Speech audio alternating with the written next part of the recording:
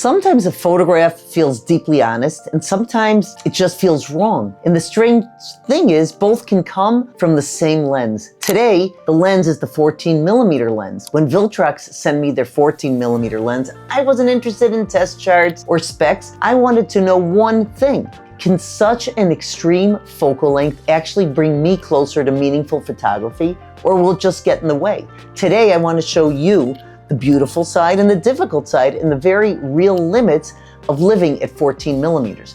Let's start where it surprised me the most. If you've been here a while, you know 35mm on many levels is my go-to lens. I even did a video on the 35mm. So when Viltrox sent me their 14mm lens, I was curious. What happens if I go to the complete opposite extreme? So I decided to live with only the 14mm lens for a few outings, some street photography, some general moments, a little portraiture, and I just wanted to see what it did to how I see. Now, one quick disclosure, Viltrox sent me this lens to review, but they don't see this video before you do, and they don't control what I say. On top of that, the video is really focusing on the wide extreme angle of 14mm.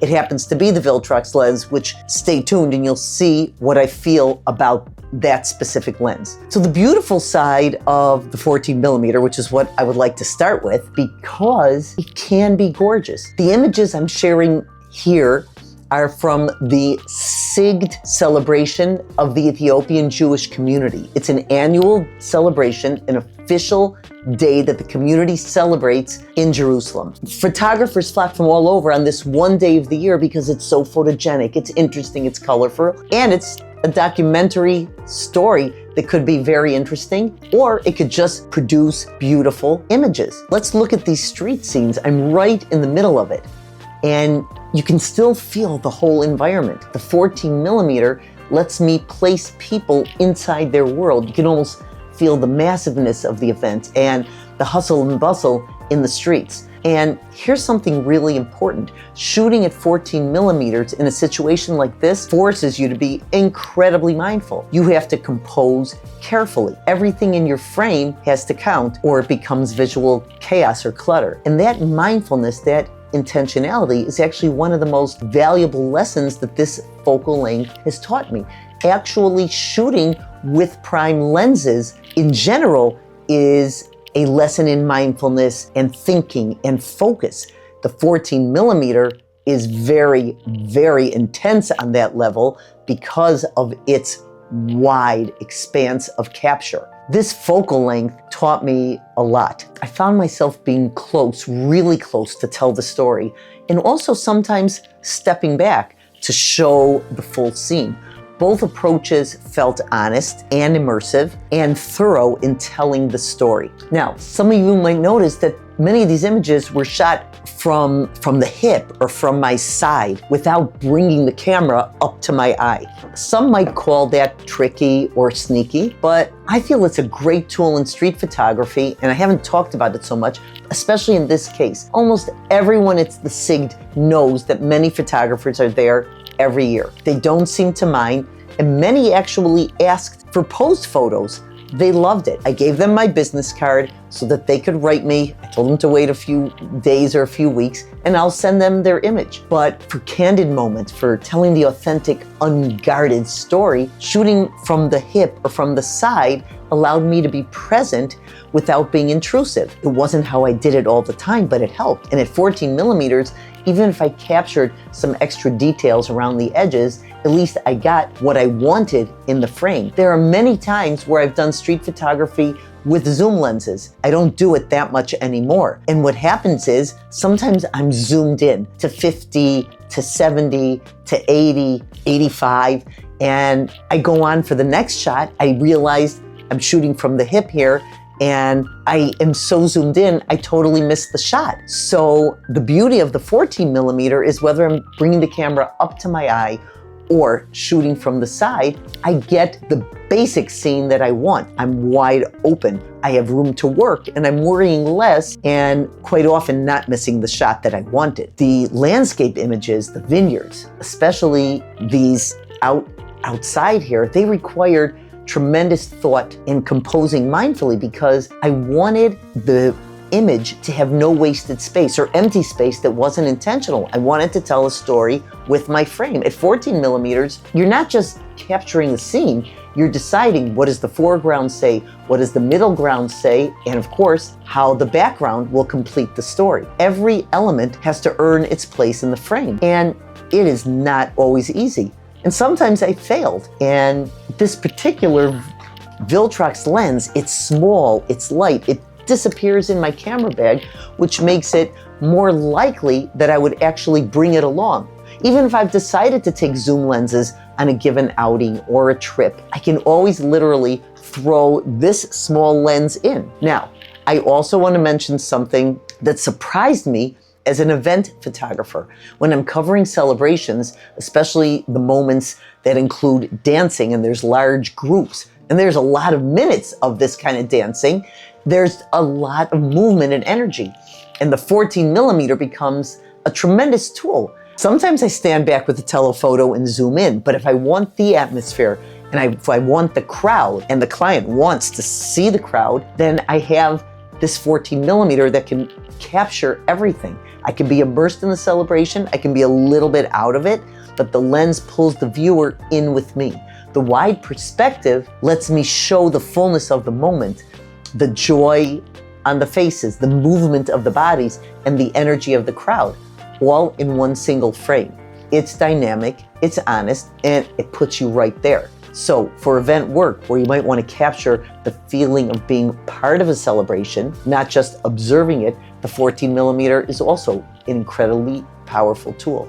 And if you're someone who shoots architecture, interiors, or buildings, this focal length was made for you. 14 millimeter lets you capture entire rooms without backing into the walls or not being able to capture it. You can show the full scope of a building's facade, the drama of high ceilings, the relationship between structure and space. For architectural photography, ultra-wide lenses aren't just helpful, they're often essential. And at this price point, the Viltrox 14 millimeter makes this kind of work accessible and easy. When I first made the video, it was listed $199, which is also a really good price. And I just checked, and for the holidays, it's now listed at $159. So it's a really accessible lens. Obviously, if sports and bird and wildlife photography or other similar genres are your thing, this lens is not for you. No one lens really can be. So the 14 millimeter can't even necessarily do a little bit of everything like the 35 millimeter can. But in these situations, street photography, celebrations, certain landscapes that need depth and layers, street scenes where you want to be in the moment, it does something that the 35 millimeter can't do. It's your choice, and it's always a choice. Now, there is always the flip side. Here's the truth. The 14 millimeter is also a difficult lens to work with. I found myself constantly having to be intentional about what I allowed into the frame. With 14 millimeters, everything wants to be in the frame. Everything wants to be part of the picture. You have to choose. You have to compose every edge. Scan your frame from edge to edge, and it is not as forgiving as the 35 millimeter. With a 35 millimeter, I can move a bit and it still can work for almost anything. With the 14 millimeter, there were moments where I thought, no, this just isn't the right tool, or I'm just working too hard and I don't need to. But here's what I discovered. That difficulty, again, is actually the point. The 14 millimeter forces you to slow down. You have to move. You have to get closer. You have to compose, and you might have to recompose. And when you do, the perspective can become very powerful. Many shots only worked because the lens pulled the viewer into the scene. The vineyard landscapes became stories about the foreground, middle ground, and background, even though I was struggling at times with the composition. Sometimes it worked, sometimes it didn't. In the environmental portraits, you can't stay far away with the 14 millimeter. The gardener, you can create a portrait that shows the world of your subject, not just their face. That's meaningful photography, even more so than the 35mm, which is great at that. If this kind of approach to photography resonates with you, if you want to create images that matter, not just images that are technically correct, please like and subscribe. We're building a community here of photographers who care about more than just the gear, who want their photographs to say something, to actually mean something. And if you want personalized guidance about how to get there, if you're stuck in your creativity, if you want to level up your photography, if you want someone to help you figure out where your unique photography voice and strength is, email me at photos@imagesthroughtime.com and we can work together and help raise your photography. Also, very soon, if you see the community posts, I'm going to present a very special offer that might be right for you. Stay tuned. Check out my YouTube community posts. Check out my Instagram at Rebecca Co Photo, and of course my Facebook account, Rebecca Kowalski. Stay updated. There will always be announcements and about our live YouTube sessions. Now, let me tell you about the lens itself, because the Viltrox 14mm really surprised me. Here it is again, lightweight. The Viltrox 14mm, it's sharp. It's sharp enough for what I do. It's lightweight. It focuses fast, and as I said, for the new price point, it's kind of crazy what value you get. It isn't a gear review channel, as those of you who follow me know, but I want to be honest.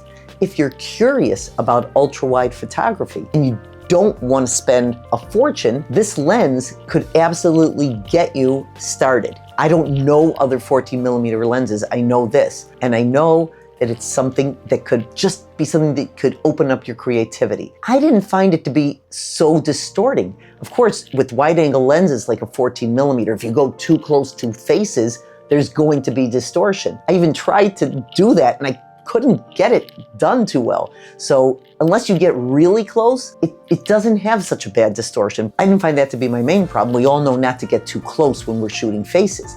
And if you're mindful about your distance and where you place your subject in the frame, animals, people, keeping faces away from the extreme edges especially, then the distortion can be minimal. But secondly, this lens worked well. It is an f4, and you don't have the same bokeh that you'd have with a 1.8 or a 1.4.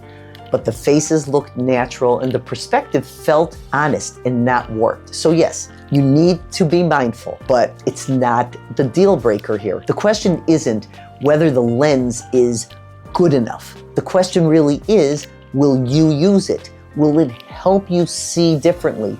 Will its wide expanse expand you in your work? Will it push you to create more meaningful work? For me, the answer was yes, but only when I accepted its limitations and I leaned into what it does best. And I had to be very careful with this wide composition. So here's what the 14mm lens taught me. It pushed me to slow down. It helped me find small details that led into big spaces and into big scenes. It does add drama without being gimmicky. And most importantly, it forces us, and it forced me to be more mindful, to compose with intention, to make every element in my frame earn its place. That's what meaningful photography is about. Not the gear, not the specs. I didn't even look at the specs, but how the tools we choose shape the way we see and the stories we tell, and how they enhance us in ability to tell our stories. So let me leave you with this. Is the 14mm for everyone? No way. Is it for every situation? No, absolutely not. But is it worth experimenting with? Is it worth spending a day or two or a week forcing yourself to see through this extreme wide angle, this extreme difficult yet beautiful focal length? Yes, I think so, if some of these places that you've seen speak to you. And remember, this isn't about collecting lenses. It's not about having every focal length in your bag. It's really about understanding which tools will help you create the images that matter to you, that will say something to the world. The 14mm might be a great tool for you, or it might not, but you won't know until you try. If you feel it's relevant, it might be worth trying. And the lens doesn't matter, as we've learned, as much as what it teaches you. And the 14 millimeter taught me to be more mindful, more intentional, and more present in every frame, even more than the 50 or the 35 prime. And that's a lesson that carries over to every lens. They all have taught me to be more mindful. Now I want to hear from you. Do you shoot with a 14 millimeter or an ultra wide lens? The only real wide lens that I shot with in the past was a fisheye lens, and that you can't use too often. So have you shot with a wide lens? What do you love about it? What do you hate about it? If you don't have one, what's holding you back? Is it something that could help you? Drop a comment below. Let's talk. I'd love to hear about it. Please like and subscribe. We share images and we keep the conversation going on these platforms. And I just love talking photography and seeing your work. And don't forget, stay tuned for the special offer that'll be on the YouTube posts and all the platforms. And this could be something that would be perfect to help you in your photographic journey. Make sure that you go out and shoot. Make sure you stay tuned, keep shooting, keep seeing, keep creating work that matters. And I'll see you in the next video.